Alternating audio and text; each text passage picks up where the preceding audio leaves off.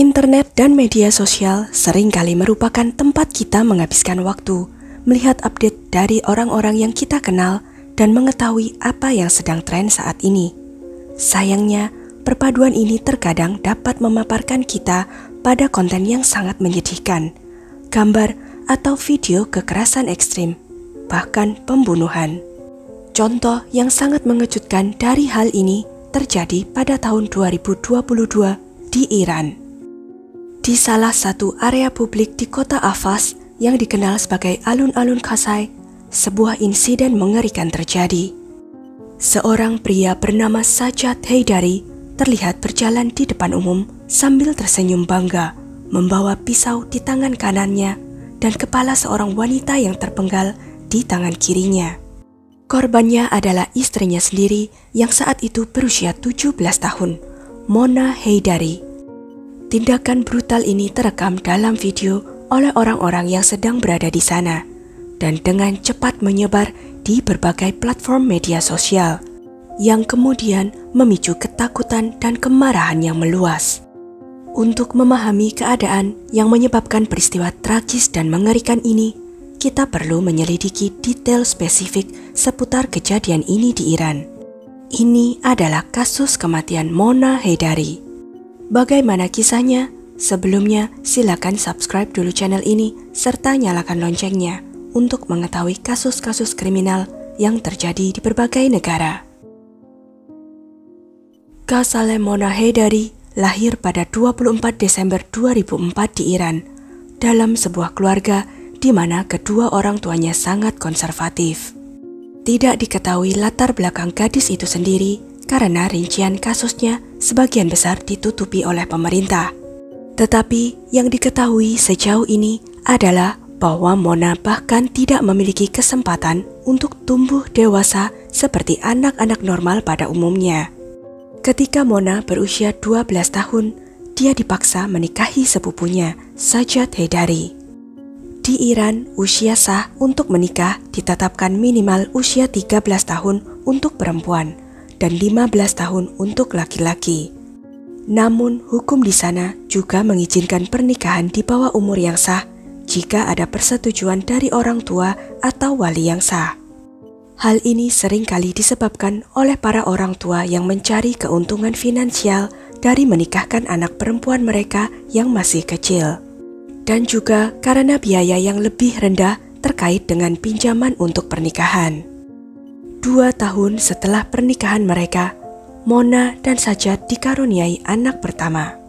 Sayangnya pernikahan mereka, seperti halnya kawin paksa lainnya, tidak bahagia.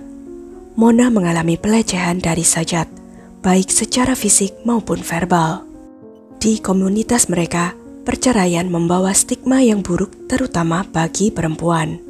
Budaya ini membuat Mona sulit untuk meninggalkan pernikahannya. Selain itu, proses perceraian lebih menantang bagi perempuan dibandingkan laki-laki. Sementara laki-laki bisa dengan mudah menyatakan secara lisan untuk bercerai, perempuan harus melalui proses pengadilan untuk mengajukan perceraian. Mona seringkali melarikan diri dari rumahnya untuk menghindari pelecehan yang tak tertahankan. Ia mencari perlindungan pada orang tuanya, sambil menangis memohon bantuan mereka. Namun orang tuanya tidak banyak membantu dan sering membujuknya untuk kembali ke suaminya. Setelah beberapa hari, biasanya Sajjad akan membawanya kembali ke rumah. Rutinitas yang tampak normal bagi orang tua Mona, tetapi terasa seperti kembali pada siksaan bagi Mona.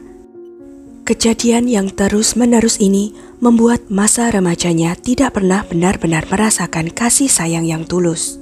Dia juga tidak diberi kesempatan untuk jatuh cinta dan memilih pasangannya sendiri. Itu hanyalah sebuah mimpi yang jauh dari kenyataan. Apalagi setelah kelahiran anaknya, Mona merasakan kewajiban yang sangat besar untuk tetap bertahan dalam tekanan karena tanggung jawabnya terhadap bayinya itu. Hasratnya akan rasa aman dan cinta itu mungkin telah mendorongnya untuk menjelajahi situs online. Saat Mona berusia 17 tahun, dia berkenalan secara online dengan seorang pria bernama Ali. Sedikit yang diketahui tentang pria ini. kecuali bahwa dia adalah seorang pria Turki yang berusia lebih tua dari Mona. Mona membuka diri dan menceritakan kepada Ali tentang perjuangannya, termasuk pelecehan yang dia hadapi dan perasaannya yang terpenjara di rumahnya sendiri. Ali selalu memahami dan mendengarkan cerita Mona tentang hari-hari baik dan buruknya. Lambat laun, Mona merasakan cinta dan pengertian untuk pertama kalinya. Gayung bersambut, Ali juga mempunyai perasaan yang sama padanya. Ia menginginkan kebahagiaan dan kebebasan bersama Mona. Suatu hari, mereka merencanakan pelarian Mona untuk bersama dengan Ali di Turki. Pada tanggal 20 November 2021, Mona berhasil melarikan diri ke Turki dan menemukan kenyamanan dalam pelukan Ali.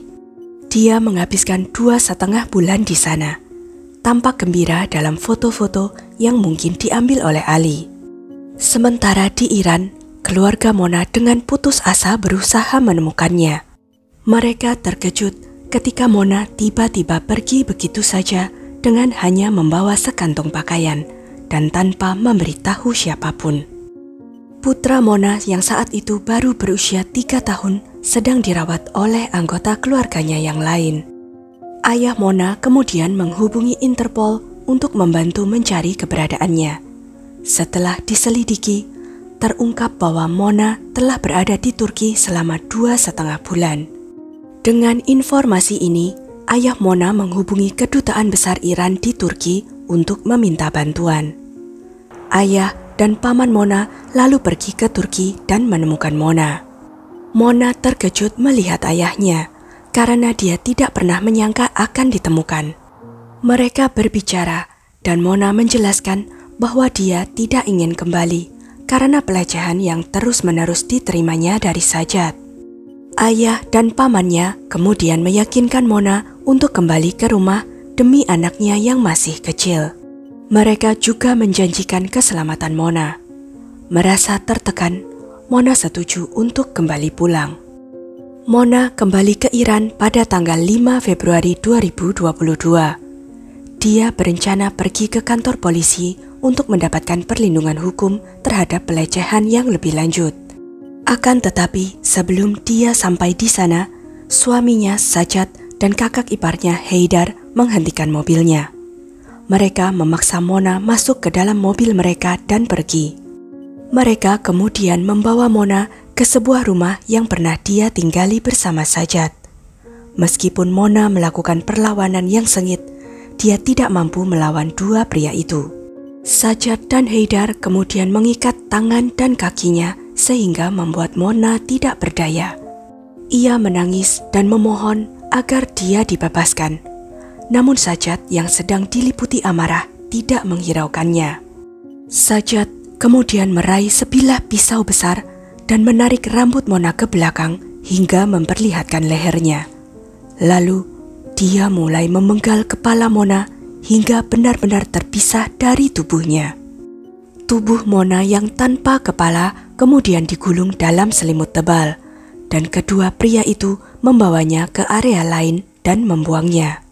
Setelah itu, Sajat berjalan melewati daerah itu sambil memegang kepala Mona, tampak memamerkannya seperti piala, dan dia terlihat menyeringai dengan bangga. Tampak di sini bahwa dia tidak menunjukkan penyesalan atas apa yang baru saja dia lakukan. Para saksi yang berada di sana sangat terkejut dengan kejadian tersebut dan segera menghubungi polisi. Rekaman video yang memperlihatkan Sajat berjalan dengan membawa pisau dan kepala Mona menyebar dengan cepat, terutama karena segera dirilis oleh kantor berita Rokna. Namun situs web Rokna kemudian ditutup sementara karena memuat gambar-gambar yang meresahkan dan mengganggu ketenangan publik. Meskipun laporan berita dari Rokna ini sebenarnya sangat membantu polisi dalam menemukan Sajat dan kakaknya Haidar. Pada hari yang sama, dalam waktu kurang dari 24 jam, Sajat dan Haidar dapat ditangkap oleh polisi. Selama penyelidikan, ibu Sajat juga diinterogasi oleh pihak kepolisian. Dia mengakui bahwa Sajjad memiliki riwayat kekerasan terhadap Mona. Ia sering mengancam akan membunuh Mona ketika marah. Sedangkan mengenai pembunuhan itu, ibunya tidak menyangkal keterlibatan Sajjad, namun mengklaim bahwa pembunuhan itu dilakukan bukan tanpa alasan. Ibu Sajjad mengungkapkan bahwa Ali telah mengirim foto dirinya bersama Mona pada Sajjad selama Mona tinggal di Turki. Niat Ali adalah untuk menunjukkan pada Sajjad bahwa Mona lebih bahagia ketika jauh dari lingkungannya yang penuh kekerasan. Hal ini memicu kemarahan dan kebencian Sajjad terhadap Ali dan Mona, yang kemudian menciptakan keinginan untuk balas dendam terhadap Mona atas pengkhianatannya. Menurut ibu Sajjad, tindakannya adalah bentuk pembunuhan demi kehormatan. Pembunuhan demi kehormatan adalah pembunuhan seorang anggota keluarga yang diyakini membahayakan kehormatan keluarga mereka atau anggota keluarga tertentu. Menyiratkan bahwa setiap tindakan tidak terhormat dapat mengakibatkan dibunuh seperti itu. Korbannya sebagian besar adalah perempuan. Dalam kasus ini, Sajjad membunuh Mona karena merasa kehormatannya sebagai laki-laki diremehkan setelah mengetahui perselingkuhan Mona.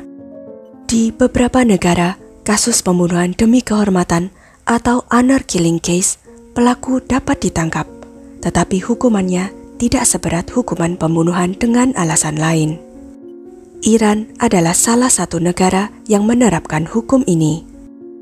Pada bulan Januari 2023, persidangan atas pembunuhan Mona dimulai. Awalnya, ayah Mona mempertimbangkan untuk menerapkan hukum qisas yang berprinsip mata ganti mata terhadap Sajjad dan Haidar. Namun, ia mengubah pendiriannya. Ayah Mona kemudian memihak Sajjad karena menganggap tindakan putrinya tidak dapat diterima. Akibatnya, pembunuhan itu tidak dilanjutkan sebagai jenis pembunuhan yang dapat dihukum dengan berat. Ayah Mona juga membela keputusannya untuk menikahkan putrinya itu pada usia 12 tahun dengan mengklaim bahwa hal itu untuk mencegahnya terlibat dalam zina seperti berkencan.